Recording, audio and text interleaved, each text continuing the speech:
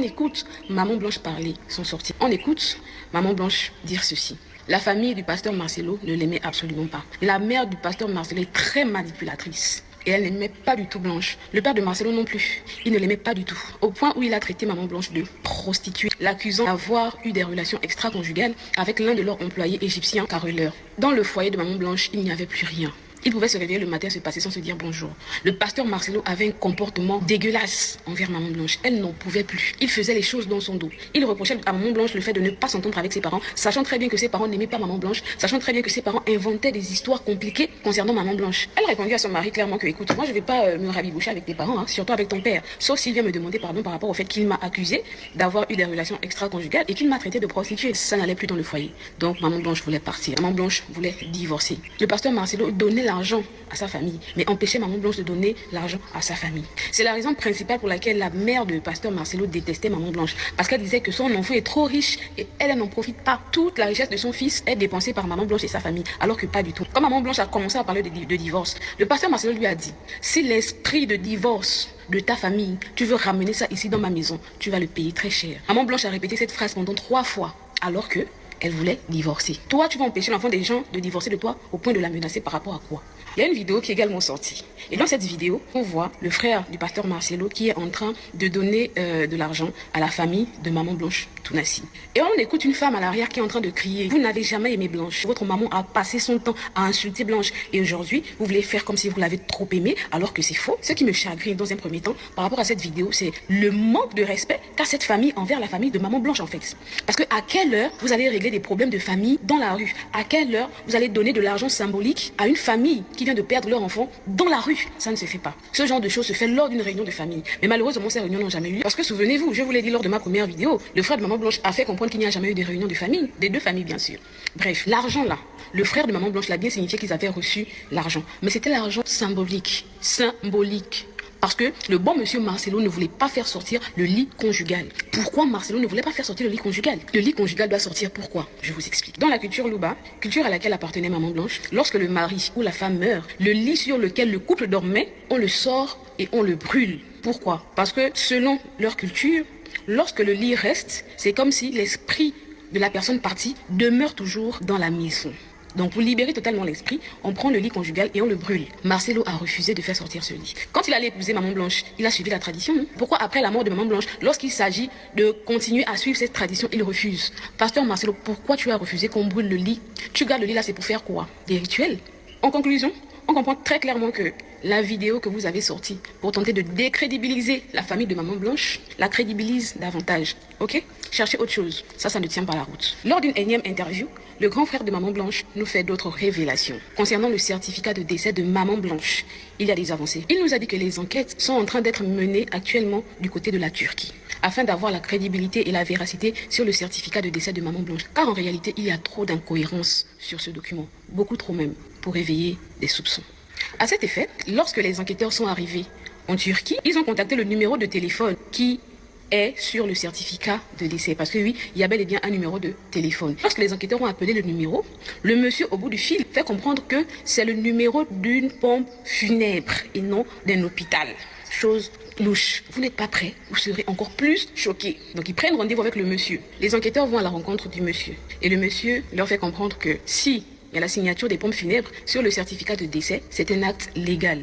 Tout simplement parce que eux, ils font dans l'accompagnement du corps, notamment la mise en billet du corps. Eux, ils ont reçu le corps de Maman Blanche et le certificat de décès de Maman Blanche. Par conséquent, leur signature atteste simplement que c'est cette pompe funèbre qui a exercé la mise en billet du corps de Maman Blanche. Sachez que sur le certificat de décès de Maman Blanche, il n'y a pas que la signature des pompes funèbres, il y a également 2 signatures. Parce qu'avant que les pompes funèbres ne reçoivent le certificat de décès de Maman Blanche, il y avait déjà 2 signatures, notamment la signature du médecin et la signature d'un ami qui est le médecin.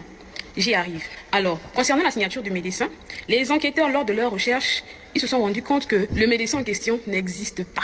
En ce qui concerne la signature de l'ami, il s'avère que c'est la signature d'un Turc, un clochard turc, qui dans certains de mon pays, Amadoué, comme le clochard avait faim, il avait soif, vous connaissez la vie des clochards, il a accepté quelques petits billets pour signer le certificat de décès de Maman Blanche. Marcelo, à ce moment-là, tes mains étaient coupées au point où toi-même, le mari, l'époux, tu n'as pas pu signer le certificat de décès de ta femme. Tu es très dégoûtant, mon cher. Ce qui m'énerve encore plus dans cette histoire, c'est que les médias congolais ne peuvent pas parler de cette histoire parce qu'ils sont menacés. Vous savez très bien que Marcelo, c'est pas n'importe qui au Congo. Le gars, il mange avec le président de la République. Et Marcelo s'est même permis de sceller le cercueil de l'enfant de quelqu'un. Parce que oui, lors des funérailles, le cercueil de Maman Blanche était scellé. Ça veut dire que même sa propre mère n'a pas pu voir son enfant pour la dernière fois. Ses propres enfants n'ont pas pu voir leur maman pour la dernière fois. Tu sais le cercueil en tant que qui? Tu caches quoi? Il faut nous dire. Lors de la première interview du grand frère de Maman Blanche, il avait fait une révélation très importante. Il avait dit que ce pasteur Marcelo là, il a toujours deux versions différentes. Rappelez-vous, lors des funérailles de Maman Blanche, quand le monsieur là était en train de faire son discours, parce que moi j'appelle ça un discours, tu ne peux pas parler de ta femme, celle que tu as présentée au monde entier comme étant la femme de ta vie. Soit disant tu as passé avec elle ces derniers instants. Et puis tu lis un document pour nous expliquer, pour expliquer au monde entier ces derniers instants. Tu lis un document sans émotion. Il n'y avait pas d'émotion. Tu n'avais aucune émotion. Sur ton document que tu lisais là, tu nous expliquais que toi tu étais au 7e étage et Maman Blanche était en dessous en train de se faire opérer. Tu étais en train de prier. Et à un moment donné, la chambre où tu étais, le parfum de Maman Blanche s'est répandu dans toute la chambre. Et le Saint-Esprit, votre Saint-Esprit du mensonge que vous utilisez souvent pour séduire les maboules là, le Saint-Esprit t'a parlé. Et le Saint-Esprit t'a dit, elle est déjà morte. Tu dis oh non, et j'ai dit au Saint-Esprit, non, je refuse de croire. Et tu as continué à prier pendant 3-4 heures de temps. Ah, c'est ta première version. Deuxième version, parce que oui, tu as deux versions. La deuxième version, lors d'une prédication, le temps s'est écoulé après les funérailles. Lors d'une de tes prédications mensongères pour voler l'argent de tes fidèles, tu as expliqué une fois de plus les derniers instants de Maman Blanche. Et tu as fait comprendre que la dernière fois que tu as parlé avec Maman Blanche, c'est qu'elle t'a dit, Marcelo, prie pour moi. Et tu as continué en disant, tu as mis ta main sur la tête de Maman Blanche, tu as prié pour elle et elle est partie. Maintenant, entre les deux versions-là, quelle est la bonne? Ou bien il y a une troisième version? Il faut nous dire, de toutes les façons. Voici la vraie raison de comment Maman Blanche est décédée. Donc si tu es Maman Blanche, écoute jusqu'à la fin et partage aussi pour que tout le monde écoute la vérité. Cet homme qui est un pasteur dit que la mort de Maman Blanche est une mort préméditée. Ce qui veut dire il dit que sa mort a été préméditée par le pasteur Marcelo et par 100 autres personnes. Il dit qu'au début, Dieu avait remis l'église du pasteur Marcelo, la Compassion TV, à Maman Blanche. Et il dit aussi que Maman Blanche avait beaucoup de pouvoir, plus que le pasteur Marcelo. Et c'est Maman Blanche qui gérait cette église parce que Dieu avait remis cette église à Maman Blanche et non au pasteur Marcelo. Il dit que cette église a commencé à bien fonctionner, l'église a progressé, l'église a grandi, les gens venaient parce que c'est Maman Blanche qui tenait cette église. Elle avait un pouvoir qui venait de Dieu. Voilà le pourquoi personne ne pouvait faire du mal à cette église. Personne ne pouvait faire du mal à la Compassion TV parce que le pouvoir que Maman Blanche avait était au-dessus de tout autre pouvoir. Il dit aussi qu'il y a plusieurs personnes qui ont essayé d'attaquer cette église, qui ont essayé d'attaquer le pasteur Marcelo, mais ils ne pouvaient pas faire du mal à l'église parce que Maman Blanche avec les pouvoirs et elle est aussi couverte par Dieu. Maintenant, ce qui me fait mal dans tout ce qu'il a dit, il dit que le pasteur Marcelo, c'est un homosexuel. Parce que le pasteur Marcelo est entré dans les choses, dans les loges, qui ne devait pas entrer parce que Dieu l'avait déjà béni et il avait béni son ministère. Mais que depuis que le pasteur Marcelo est entré là-bas, on l'a obligé d'avoir un homme, un mari. C'est que je ne comprends pas. Bon, la Bible dit que nous servions un Dieu puissant. Donc, si c'est vrai ce qu'il dit, que Dieu avait donné le pouvoir à Maman Blanche de protéger l'église, voilà le pourquoi il y a plusieurs personnes qui ont essayé d'attaquer l'église et ils n'ont pas rempli les objectifs en détruisant cette église parce que Maman Blanche avait les pouvoirs. Mais quand Dieu te donne quelque chose, si Dieu t'a donné le pouvoir, il va protéger le pouvoir. Donc c'est ce pouvoir que Maman Blanche avait vraiment, comme lui il dit, venait de Dieu. Mais ce qu'il dit que Dieu allait protéger sa servante. Dieu allait protéger ce pouvoir-là. Il dit que pourquoi finalement le pasteur Marcelo a cédé aux gens de cette loge jusqu'à tuer Maman Blanche. Moi, la question que j'aimerais poser à ce pasteur, est-ce que c'est les gens du loge qui a créé Maman Blanche? Non, c'est Dieu qui a créé Maman Blanche. Donc, ce qui veut dire que le Dieu qui crée sa créature peut aussi reprendre sa créature. Est-ce que c'est compliqué? Ce n'est pas compliqué, non? Donc, maintenant, j'ai compris quelque chose dans la vie. On ne peut plus mourir tranquillement maintenant. Souvent, quand vous n'avez rien à dire, là, fermez vos gueules. Fermez vos bouches. Et là encore, ça provoque une autre polémique dans les réseaux sociaux. Avait-il vraiment raison de se marier? Lui qui aimait Maman Blanche. Il faut qu'on dise quelque chose à ce niveau. Le pasteur Marcelo n'a commis aucun péché pour se remarier. Il n'a violé aucune loi pour se remarier. Le pasteur Marcelo a choqué le bon sens. Il a tout simplement choqué le bon sens. De la manière dont il parlait de son épouse Maman Blanche. On aurait voulu le voir prendre beaucoup plus de temps. Parce que c'est du domaine, ce sont des choses que tout le monde vit dans le monde. Il n'y a pas des robots dans cette affaire. Il n'y a pas des hommes spirituellement aguerris dans cette affaire. Il s'agit de la chair. On reste homme. on meurt, on ressent la douleur et on pleure. Au point que même, dans la Bible, on connaît l'histoire de Jésus-Christ. Lorsque Lazare est décédé, Jésus, le saint, avait pleuré. La Bible dit, Jésus pleura. Ça veut dire tout simplement que lorsque Maman Blanche est décédée, par rapport à la manière dont elle est décédée, quelqu'un qui fête son anniversaire un certain vendredi, un samedi, il prend l'avion, il part en Turquie, et puis 2 ou 3 jours après, il décède. Quand il décède, en réalité, c'est un choc pour le pasteur Marcelo.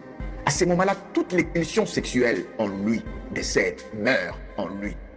C'est quelqu'un qui entre dans une autre phase de sa vie. La personne qu'il aimait beaucoup plus meurt, il décède. C'est pour cela que les gens voulaient quand même le voir prendre assez de temps pour se remarier. Pourquoi prendre assez de temps? Vous vous rappelez de cette vidéo qui a circulé? Cette vidéo dans laquelle il parle de la période des fiançailles.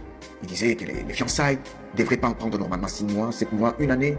Et il a dit que dans son expérience avec Maman Blanche, ça lui a pris 5 ans. Vous pouvez vous en douter. 5 ans pour se marier avec Maman Blanche. Mais il a dit, je ne vous demande pas de faire 5 ans, mais je vous demande de prendre plus de temps. Parce que l'homme doit savoir là où il place son pied, et la femme à son retour doit savoir là où il place son pied. Alors, dans cette affaire, vous allez remarquer qu'il y a eu encore un débat là-dessus. Devrait-il prendre plus de temps que prévu? Il y en a qui disaient que non, il ne devait pas prendre beaucoup de temps. Il devait quand même prendre même 1 mois, parce qu'il s'agit d'un remariage. Mon avis là-dessus est celui-ci. Pour les cas du pasteur Marcelo, il devait prendre beaucoup plus de temps que prévu. Pourquoi? Pour lui, il y a 3 défis. 3 défis à relever. Lorsque vous prenez les jeunes célibataires qui veulent se marier, ils font face à un seul défi pour se marier. Quand un jeune tombe sur une femme, il veut la prendre en mariage, la première question que les jeunes se posent, c'est un défi moral. Est-ce que cette femme est de bonne moralité? Est-ce qu'elle a un bon caractère? Est-ce qu'elle a de bonnes œuvres? Est-ce qu'elle a un bon comportement?